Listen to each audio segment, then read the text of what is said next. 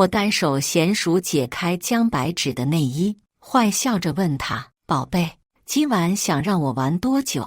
尽快就行。”我嘴角的笑容顿时僵在脸上。你什么意思？江白芷漫不经心：“玩腻了，想换个新的用用。”大家好，开始今天的分享之前，希望你能给人间烟火点个订阅，我将会分享更多优质的内容。我被他气笑了。我活这么好，你说你玩腻了，骗鬼呢？江白芷有些烦了。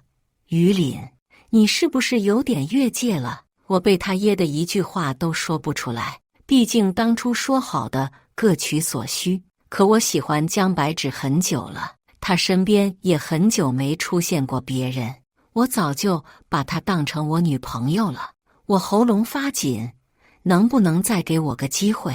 江白芷啧了一声，我知道这是她没耐心的表现，别犯贱傲。于林，我还是站在原地不肯走。江白芷终于忍耐到极限，我和我前任复合了，好不容易追回来的，你别给我找麻烦行不行？江白芷的前任是她的白月光初恋，是的，初恋。即使她和很多男人上过床，但在她心里，我们都不配称之为男友。只有她的初恋秦逸晨才是她唯一公开承认过的恋人。江白芷为他哭过闹过，甚至还因为和他分手自杀过。和秦逸晨相比，我只是一个可以随时丢弃的玩具，我比不过他的。我垂下眼睫，我收拾完东西就走。江白芷很满意我的识趣，她勾唇笑着邀请我：“你挺识趣的，今晚就奖励你最后一次吧。”说完就伸出涂着红色指甲油的手勾我的内裤边，可我却摇摇头，后退一步：“还是不了，你家太远，晚了就打不到车了。”江白芷愣了一下，然后无所谓的耸肩：“那好吧，祝你一路顺风。”自从有关系之后，我就住在他家照顾他。江白芷喜欢晚睡晚起，一日三餐经常不规律，胃也因此落下病根。住进他家以后，我每天都变着花样给他做饭。虽然他每次都骂我叫他早起，可长此以往，他的胃病已经好了很多了。他也不会照顾自己，心情不好了就抽烟喝酒，一喝就把自己喝到吐血。我每次都悉心照顾他到深夜，我总是因为这事唠叨他。可没想到，时间长了以后，他居然也慢慢为我改变。我当时心里说不出的欢呼雀跃，我以为我已经走进他心里了，可现在看来，依旧在他心脏外围。东西不多，很快就收拾好了。背上包离开的时候，江白芷甚至都没看我一眼。离开他家以后，我漫无目的走在大街上，我无处可去。因为在这座陌生的城市，我只认识江白芷。北方的冬天冷得出奇，即使在这边生活了9年，我还是没适应。冷空气会肆无忌惮钻进你的鼻子里、眼睛里，钻进一切有迹可循的地方里。我的鼻子总是被冻得通红，眼睛总是被冷风吹出眼泪。我狼狈地擦了擦眼角被风吹出的眼泪，却猝不及防撞上一个人。哎呦，是个女生，她被我直接撞进半人高的雪堆里。我吓了一跳，赶紧把她拔出来。她气到破口大骂：“你瞎子吗？走路不看路啊！”咦，于林，她认识我，见我不认识她，她抹去脸上的雪，露出秀气五官：“是我呀。”顾瑶瑶，我有些惊喜，真的是你？你怎么也在这？顾瑶瑶是我的高中同学，我那会受她不少照顾，或许是异地他乡碰见故人，又或许是在我最狼狈的时候能遇见一个曾经给予过我温暖的人。此刻我阴霾的情绪都因为顾瑶瑶的到来淡了不少。我家就在这附近，我晚上外卖吃多了，出来消消食。我疑惑：“你家没人照顾你吗？”我爸妈他们都在老家呢。我自己一个人出来发展。阿替，我有些歉意，不好意思啊，我害你感冒了。顾瑶瑶摆手，那你送我回家吧，我得赶紧回家暖和暖和。我忙不迭答应。到了顾瑶瑶家，我才发现她家东西少得可怜。她随意踢开门口的外卖盒子，进来随便坐。我先去洗个澡。等顾瑶瑶出来以后，我已经做好了一碗姜汤。我说：“趁热喝了吧。”区区喊。顾瑶瑶皱起眉头：“我才不喝呢，又辣又恶心。”我失笑，她还是和小时候一样，不辣的。我做的姜汤绝对好喝。顾瑶瑶禁不住我劝说，最终还是半信半疑喝下了。喝下第一口，她就睁大了眼睛，然后咕嘟咕嘟把一整碗都喝掉了。喝完她抹嘴巴：“真好喝呀，你咋会做这个呢？”听她这么问，我的情绪瞬间低落下去，因为姜白纸我才会做的。还记得我们确定关系以后没多久，他罕见的来接我下课，可惜天公不作美，半路下起了瓢泼大雨，我俩谁都没带伞，最后一起被淋成了落汤鸡。他也因为这件事得了很重的感冒。那是我第一次为他做姜汤，很难喝，可他还是很给面子，全喝完了。从那以后，我就悄悄学习怎么把姜汤做得更好喝，可惜却再也没这个机会了。直到后来，我无意间看见他手机，才知道那天他根本就不是去接我的，是和秦逸晨开房去了。可后来不知道怎么回事，秦逸晨又扔下他走了，他这才想起我来，酸涩的回忆涌上心头。我长叹一口气，好了，我也把你安全送到家了，我该走了。顾瑶瑶瞬间就慌了，怎么了吗？是我说错话了。我摇摇头，和你没关系，是我又有点想姜白纸了。那不如你先住我家吧，现在已经很晚了，外面又这么冷，你能去哪呢？想到外面的凛冽感，我不由得缩了缩脖子，确实太冷了。思考片刻后，我还是点头，那就麻烦你了。晚上我又梦见姜白纸了，梦见我们的初见。我是在高二那年认识她的，当时她是我们学校新转来的学姐，长得漂亮，学习成绩又好，不过风评不太好。她常常吸引很多男生为她争风吃醋而大打出手，不少女生看她不顺眼。后来学校里的小太妹在放学后堵着她打，她丝毫不去，直接找了小太妹的男朋友告状，最后两人大打出手，反而姜白纸一点事都没有。不过最后他们三个人还是一起被叫到办公室去了。当时正巧我去给老师送作业本，一进门我就看到姜白纸了，漂亮的跟个 BJD 娃娃似的。他看到我也是一愣，然后又装作若无其事的模样，听主任的训诫。出了办公室后，我感觉有人拍了拍我的肩膀，我回头看去，是姜白纸。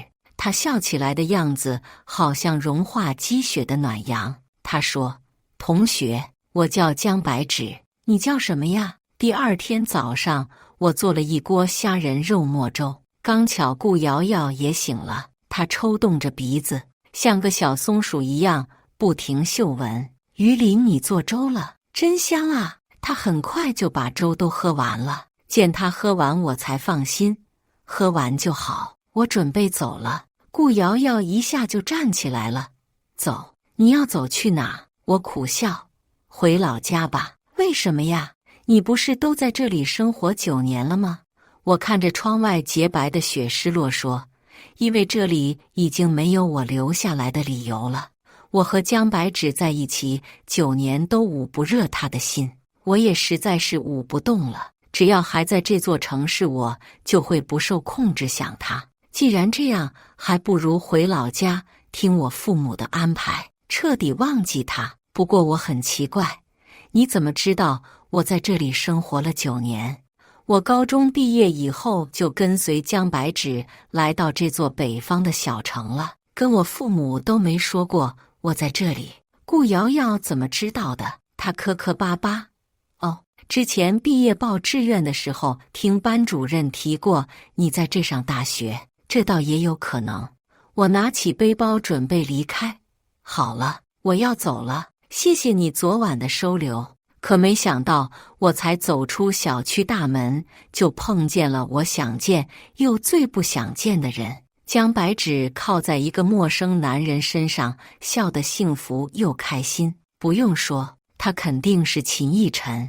我原本想装作没看到，转身离开，可没想到江白纸居然先叫住我：“于林，好巧啊，你也在这。”我有些僵硬地回头：“好巧。”江白纸扭头大大方方和秦逸晨介绍我高中学弟，我俩关系可好了，又笑眯眯挽住秦逸晨的胳膊。这是我男朋友秦逸晨，看他这副得意炫耀的样子，我心口泛酸。他从没有这么介绍过我。以前别人问起他我是谁时，他只会不耐烦地说炮友，从来不会笑得这么幸福，说我是她男朋友。秦逸晨伸出手：“你好，辛苦你照顾小白了。”我被他从回忆扯回现实，可我看到他的一瞬间，我就愣住了，因为我和秦逸晨有5分相似。怪不得江白纸不喜欢我，也能和我在一起9年，原来是把我当成替身了。我淡淡伸手：“你好。”秦逸晨却在这个时候抽回手，他回头笑着对江白纸说：“你这个学弟还挺横的。”虽然他人是笑着的，可说出的话却一点都不客气。江白纸皱眉瞥了我一眼：“于林，你没必要对阿晨这么大敌意。”言下之意是要我对他客气点。我没想到江白纸居然这么护着他。明明是秦逸晨先对我不礼貌，可他却不分青红皂白先指责我。我心里像坠了一块大石头，沉重到难以呼吸。秦逸晨见状满意的笑了，他抚在我耳边悄声嘲笑我：“当舔狗那么久都没让他爱上你呀，你可真没用，不像我，只要招招手他就屁颠屁颠跑过来了。”我强忍怒气：“不许你侮辱他！”哈哈哈，这就侮辱了。你不知道，在床上我才是真的侮辱他呢。我忍无可忍，直接一拳打过去。秦逸晨直接被打到流鼻血，江白纸心疼坏了，他狠狠扇了我一巴掌：“谁让你打他的？”打完他就连忙去关心秦逸晨了：“阿晨，你还好吧？要不要去医院呢？”秦逸晨恶狠狠擦了一下鼻血：“不用去医院，我要他跪下给我道歉。”我以为我在江白纸心里好歹是有点分量的，可没想到他居然立马扭头对我说：“你还愣着干嘛？还不快点给阿晨道歉！”我不可置信地看着他，好歹我们也像情侣那样一起生活了9年，他对我就没有一点真心吗？见我迟迟不愿意动，江白纸直接狠狠一脚踢上我的膝窝，我猝不及防单腿跪地。他还想继续踢另外一条，旁边突然传来一声娇喝：“你们干嘛呢？”我扭头看去，居然是顾瑶瑶。她狠狠推开江白纸，把我扶起来，一脸关切地问我：“你没事吧？”江白纸见状嗤笑，语气是说不出的阴阳怪气。怪不得走得那么干脆，原来你这么快就找好下家了。我是彻底对江白纸死心了，在一起9年，我把我所有的真心都掏给他了，可他居然怀疑我是个和他一样辜负别人的人渣。我真是不该为他这种人伤心。我站起身，冷冷地看着江白纸，他被我看得发毛。你这么看着我做什么？看在过去的情分上，我提醒你一句，秦逸晨不是什么好东西，你最好离他远点。可没想到他压根不屑，你还说阿晨的坏话。亏我以前还那么相信你的人品，我真是看错人了。好言难劝，该死的鬼！既然江白芷这么执迷不悟，那我也没必要再劝他了，由他自生自灭去吧。我拿起背包，转身就走。顾瑶瑶也忙不迭跟上。我问她：“这么冷的天，你怎么出来了？”我想送你。我不禁失笑，我一个大男人哪里用得着你来送？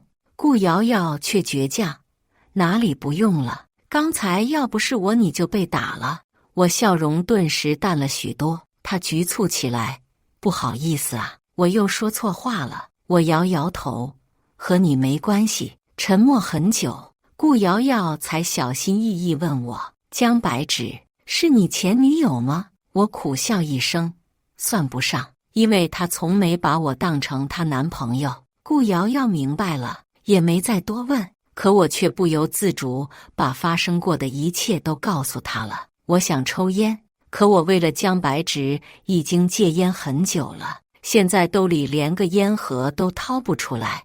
我只能狠狠吸口冷空气。江白芷当初和我同居前就说好了，我们只是炮友。她还告诫我不要像她以前的炮友那样不懂事，别以她男朋友的身份自居。这9年里，她身边只有我一个，我早就把她当成我妻子了。可这些年，只要秦逸晨给她打电话，哪怕我俩已经开始了，她都能让我滚下去。我苦笑不已。这9年，我全部的生活都是围着江白芷转，有什么不开心，都是自己一个人憋在心里，也没人可以倾诉。我一个人承受了太多。我和顾瑶瑶絮絮叨叨说了很多，我把我这9年的委屈、愤怒和不甘心全都说出来了。顾瑶瑶听得感慨万千：“我没想到你居然过的是这种日子。”我长舒一口气，一切都过去了。我想雇佣你，我没想到顾瑶瑶居然冷不丁冒出这么一句话：“雇佣我干什么？”顾瑶瑶笑眯眯：“我不会做饭，平时要么饿肚子，要么吃外卖。你厨艺好像很好，你来给我做饭呗，我给你开工资。”我有些犹豫，我本意是不想在这个城市生活的。可回老家是无奈之举。顾瑶瑶见我犹豫，就围着我不停劝说。我禁不住她一直在旁边哀求，最后还是答应她了。和顾瑶瑶在一起生活很舒心，她不会像江白芷一样对我的付出视而不见。我自认做饭的手艺只是还行，可她每次不重样的夸赞，都让我觉得我是个米其林大厨。这是在江白芷那里从未有过的待遇。江白芷对我永远都是只一副不冷不淡的样子。顾瑶瑶在一家传媒公司当助理，经常在休息时间被叫去加班。她吃饭也不规律，所以每次我都是做好饭了给她送过去。她的同事经常调侃我，今天我照常去送饭，可左等右等都不见顾瑶瑶下班。等她从办公室出来以后，我看见她脸上有一个鲜红的巴掌印。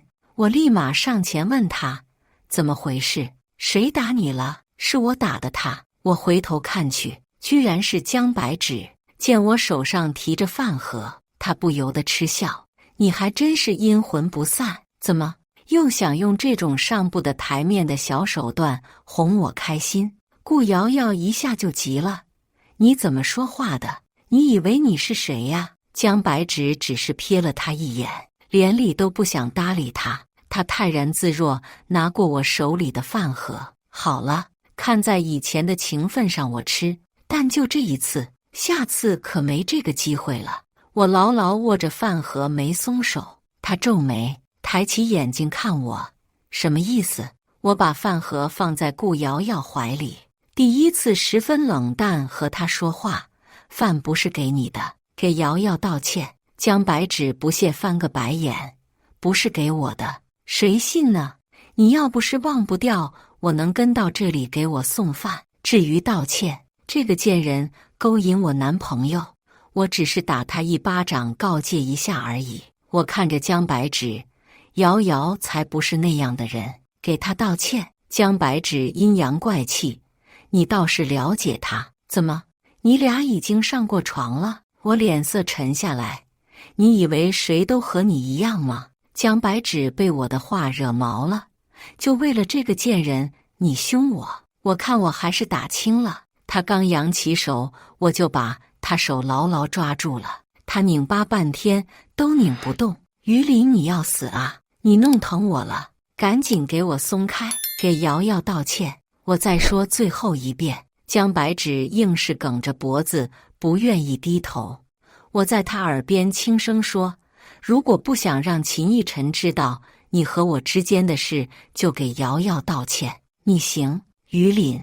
他扭头快速对顾瑶瑶道歉，对不起，然后盯着我，请问可以了吗？我问顾瑶瑶，可以了吗？可以啦。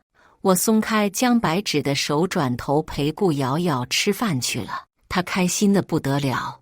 你怎么知道我想吃溜肉段呢？昨天晚上我看她盯着吃溜肉段的视频，一直舍不得划走，我就知道她想吃了。可能是我俩心有灵犀吧，我俩嘻嘻哈哈，边走边聊，根本就没注意到身后江白芷愤怒的目光。从那以后，我总是能遇见江白芷，不是在地下车库里，就是在路上偶遇。这是江白芷一贯用的小手段。我们在一起9年，就算我事事迁就他，也难免有争吵的时候。往往这个时候都是他无理取闹太过分，所以我才生气。他想缓和我们之间的关系，但是又拉不下脸和我道歉，所以总是在我身边不停晃悠，偏偏又不愿意和我说话。我每次都是先败下阵的那个，我舍不得和他冷战太久。9年，这个小招数他从没失手过，可我现在真的累了，所以我只是冲他淡淡地点一下头。江白芷立马像以前一样高昂着头，目不斜视离开了。这种被忽视的感觉，我在9年的时间里忍受了无数次，所以这次我连头都不点了。我路过江白芷身边时，就当没看到她一样。她震惊不已。江白芷拉住我，不可置信问：“你没看见我吗？”“看见了。”“那你为什么不理我？”原来她也知道被人忽视的感觉很难受啊。可她为什么就能一次次肆无忌惮伤害我呢？“江小姐，我们已经没有关系了，请问你找我还有什么事情吗？”江白芷愣了一下，然后有些别扭地和我说：“哦，你还有些东西落在家里了，什么时候去取一下？都扔了吧，无非就是一些锅碗瓢盆之类的东西，我不想要了。”江白芷似乎是没想到我会这么说，她不可置信：“那情侣睡衣呢？也扔了吗？”我确实买过好几套情侣睡衣，但永远都是我一个人在穿。江白芷一次都没穿过，她嫌动漫人物太幼稚了，可图案明明就是她最喜欢的约尔。现在看来，她不是嫌弃睡衣幼稚，只是不喜欢我而已，连带着一起不喜欢睡衣。所以我点头：“也扔了吧。”江白芷后退2步，脸色难看得很。我的陌生和疏离让她一时之间接受不了。“于林，你是在和我开玩笑吗？”我不明白，明明说断开的是他，怎么现在又是一副我辜负他的模样？所以我认真告诉他，我没有开玩笑。江白芷有些着急：“就算我们断开了，但我们也是朋友啊，你真的舍得不理我？”我叹口气，因为我累了。江白芷，这次我是真的要离开他了，没人愿意永远捂一块冰石头。见我态度坚决，江白芷有些气急败坏：“我从没向哪个床伴低头过，我已经很给你面子了，你以后可别哭着喊着要回来，那个时候我可就真不要你了。”他明明从没有属于过我，又何谈要不要一说呢？我再也不看他一眼。毫不犹豫转身离开。瑶瑶吃饭了，今天有你最喜欢的大肘子和酱汁排骨。可顾瑶瑶却躲在自己卧室，不愿意出来。啊，于林，你先吃吧，我过会就去吃。情况很不对劲，这不是顾瑶瑶第一次躲着我吃饭了，将近半个月了都。每次我叫她和我一起吃饭，她都说要忙一会让我先吃。可等我都洗完锅了，她还没忙完，反而总是在夜里趁我睡着以后出来偷摸吃。而且饭也不让我往公司送了，整天还闷闷不乐的，肯定有问题。所以我特意在厨房蹲点，终于在半夜12点蹲着顾瑶瑶了。灯亮起来的一瞬间，她叼着一块肘子，面带惊恐地看着我，像只被抓包的贪吃松鼠。你不是该睡觉了吗？来厨房干什么？我似笑非笑。这话应该我问你才对吧？看他还想跑，我直接堵在厨房门口。我弯腰盯着他，一字一句问：为什么躲着我？顾瑶瑶瞬间就慌乱了，她眼神乱飘。啊，有吗？你感觉错了吧？我只是最近比较忙而已。见他还嘴硬，我只能故作伤心。看来是我多余了，我现在就收拾东西回老家。顾瑶瑶立马抓住我，一副很纠结的模样。怎么，准备坦白从宽了？顾瑶瑶嗫嚅半天才红着脸说：他们都说我是图你活好才靠近你的。我蓦然睁大双眼，传出这话的肯定是江白芷，可他为什么要造谣？公司里还有风言风语说我俩根本就不是男女朋友，还说我天天霸占你，不让你找对象，这肯定都是江白芷干的。见顾瑶瑶这副畏畏缩缩的模样，我又好气又好笑。人家都骂到他头上了，还不知道反击，所以你就因为这个躲着我？谁知道顾瑶瑶摇头。我好奇，那是为什么？我怕，我一看见你就想象你活有多好。我的脸彻底黑了。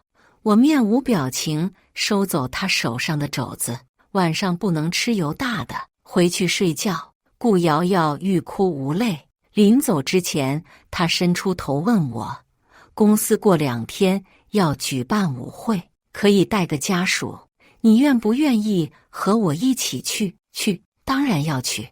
我要有些话要和江白芷当面说清楚。舞会前几天，我去给顾瑶瑶送饭，总能碰见江白芷，她永远都是一副欲言又止的样子。我不想和她在公共场所有任何交集，所以总是躲着她走。可偏偏就在舞会当天，我们2个被困在同一个电梯里了。电梯一片漆黑，安静的只能听见我和江白芷的呼吸声。就在我准备按呼救按钮的时候，江白芷一下扑进我的怀里，我好害怕呀！于林，我把他推开，你先靠着电梯边站好，剩下的我来想办法。江白芷却死活不愿意。我劝说，你这样不采取任何措施，我俩最后都会死在这。江白芷紧紧贴着我的身体，我甚至都能感觉出她的身体曲线。她贴在我耳边说悄悄话：那你愿意和我一起死在这吗？喷洒在耳边的灼热气息让我有些心烦意乱。我抓住她作乱的手，很无奈说：我还不想死，但我绝对不会见死不救。江白芷还不依不饶，一个劲想钻进我怀里。电梯里我又不能使劲推她，万一电梯直接坠落了呢？江白芷见我有顾虑，越发肆无忌惮起来。她强行搂住我的脖子和我激吻，我想推开她，却不知道该从哪里下手。虽然我们以前有过亲密关系，但现在我们已经分开了，我不能随便碰她。江白芷吻了半天，也不见我配合，她气到骂我：你还是不是个男人？我都这么上赶着了，你怎么还无动于衷？我趁机和他拉开距离，我们已经没有任何关系了。况且你有男朋友。江白芷苦笑，我发现我对他已经完全没有以前的那种悸动感了。我皱眉，你什么意思？如果我说我发现我爱上你了呢？我不可置信。你开什么玩笑？我认真的。和你分开这段时间，我才发现我已经爱上你了。于林，你愿不愿意再给我一个重新开始的机会？这次你是我真正的男朋友。我从没见过江白芷用这么卑微的语气和我说话。她在我面前一直都是高高在上、漫不经心的。什么时候会请求我给她一个机会？一直都是我祈求她给我一个机会。可就算这样，我们也不可能回去了。在过去的9年里，她有无数次机会，偏偏她全都浪费了。没有谁会一直等在原地。我也不例外，所以我缓缓后退了2步，很冷静地说：错过就是错过了，我们已经结束了。你拒绝我是因为顾瑶瑶吗？她哪里比得上我？我摇头，瑶瑶很好，但这不是我拒绝你的理由。那你为什么拒绝我？如果你不让我死心，我会一直纠缠你。江白芷就是这样，她想得到的就一定要用尽手段去得到，才不管手段正不正经。我叹口气，你能和我在一起9年，只是因为我长得像秦逸晨吧？江白芷声音干涩，一开始是这样，可后来……我打断他，可后来秦逸晨回来了，所以你就很干脆让我滚蛋了。不是的。说到这我笑了笑，不过我真的要感谢你们，如果不是他回来了，如果不是你坚决因为他要和我分开，我也不会幡然醒悟。江白芷声音颤抖，于林，我真的知道错了，你就不愿意再给我一次机会吗？哪怕就一次。我坚定拒绝，我们不可能有以后了。电梯求救电话已经打通了，5分钟后救援人员就会来。电梯被打开之前，我告诫江白芷，我不希望瑶瑶被我和你之间的风言风语重伤。虽然我很不耻揭别人伤疤这件事，但如果你用言论伤害她，我也不介意让你以前的丑事公之于众。有一束光从电梯的门缝中透出来，打在江白芷的脸上。我看到了她眼里浓浓的悲伤。江白芷颤抖着声音问我：你爱上他了，是吗？电梯门被彻底打开，浓烈的阳光争先恐后钻进狭小的空间。我缓缓上前一步，仿佛奔向更光明的未来。我逆着光回头看了江白芷最后一眼，是的，然后我踏出了狭小的电梯，跃进了更广阔的未来。江白芷宛如脱力一般跪坐在地，顾瑶瑶第一个扑上来看我，她满脸都是眼泪。你有没有事？都怪我，我不应该叫你来参加舞会的。我温柔擦去了她的眼泪，轻轻吻在她的脸颊上。她一下呆住了，我认真看着她问：顾瑶瑶同学，你愿意做我的女朋友吗？江白芷番外，我是个荡妇，我从小就知道，我妈倒是专情了一辈子，可最后不还是被男人骗？凭什么那些男人可以随意玩弄女人的真心和肉体，女人就不行？所以我从很小的时候就知道勾引隔壁那个总骂我的小女孩的哥哥了。我经常在他哥哥面前故作委屈，也经常陷害他一些子虚乌有的事。他哥哥总是愿意相信我，对他妹妹大打出手。你看，男人就是这么贱，明明最爱他的人就在身边，他们却愿意相信一个外人去伤害最爱自己的人。从小我就靠着这种手段达成了很多目的，直到我遇见了秦逸晨，他一眼就看穿了我的把戏，可还是愿意陪着我玩。我以为我们之间我才是那个猎人，但我错了，他才是。他只用了1个月就让我彻底爱上他了，然后我就变成了和我妈一样的人，被男人骗身骗心。和他在一起的那段时间，我很疯狂，抽烟喝酒，偷钱打人，所有坏事我都做了。可因为我年纪没到，只是被警察抓去教育一下就完了。我以为我能和秦逸晨在一起一辈子，没想到他居然是个富二代。他爹实在看不下去他和我这种荡妇在一起，用一种强硬的手段把他送去了国外。临走之前，他叫我等他回来，我信了，然后就被他的仇家送去了不良会所。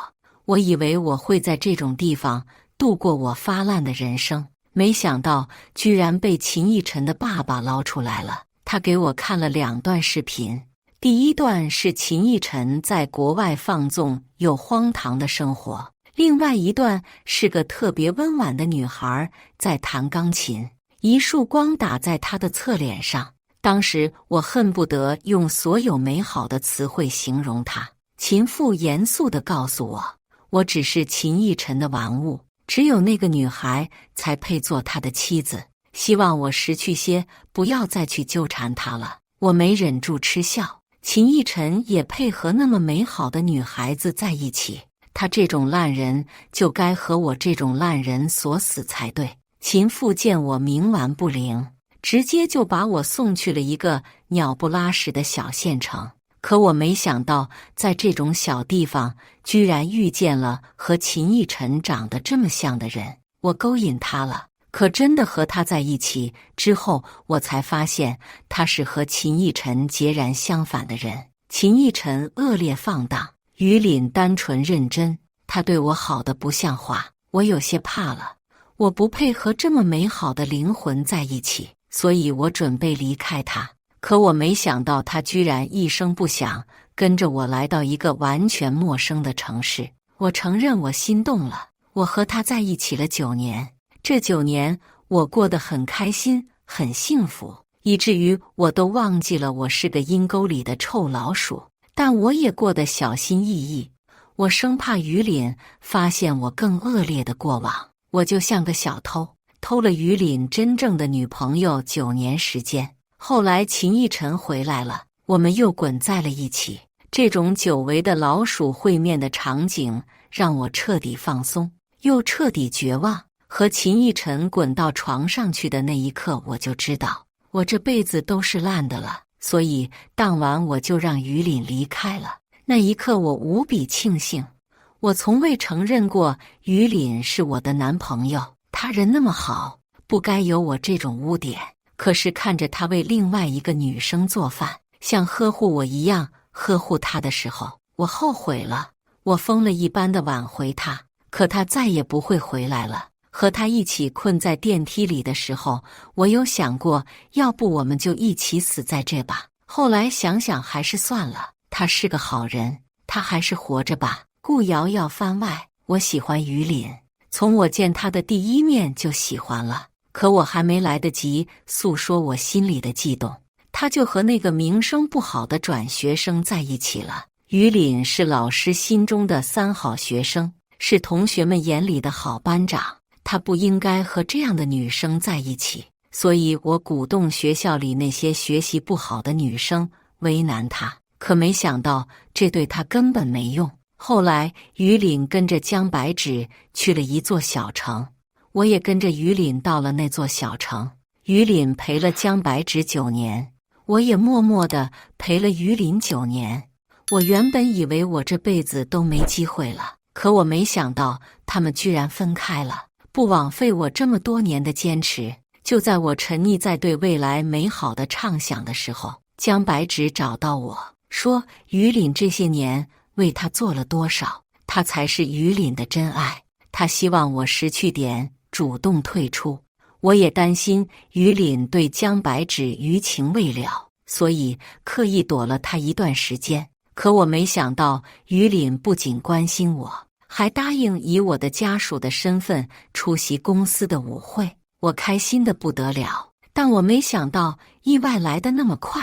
于凛和江白芷被困在电梯里了，我很怕他们2个会旧情复燃，但我更怕于凛死在那里。我不停祈祷，只要能让于岭活下来，哪怕他和江白芷在一起，我都认了。最后于岭获救了，我心里又是开心又是难过。原来老天也不愿意让我们在一起吗？可我没想到于岭居然在这个时候问我愿不愿意和他在一起，我几乎要喜极而泣了。我等了9年，终于等到了这句话，所以我轻声说，我愿意。以上就是今天分享的故事，大家有什么想说的、想吐槽的，欢迎在下方评论交流，也更希望能给人间烟火点个订阅，我将会分享更多优质的故事内容。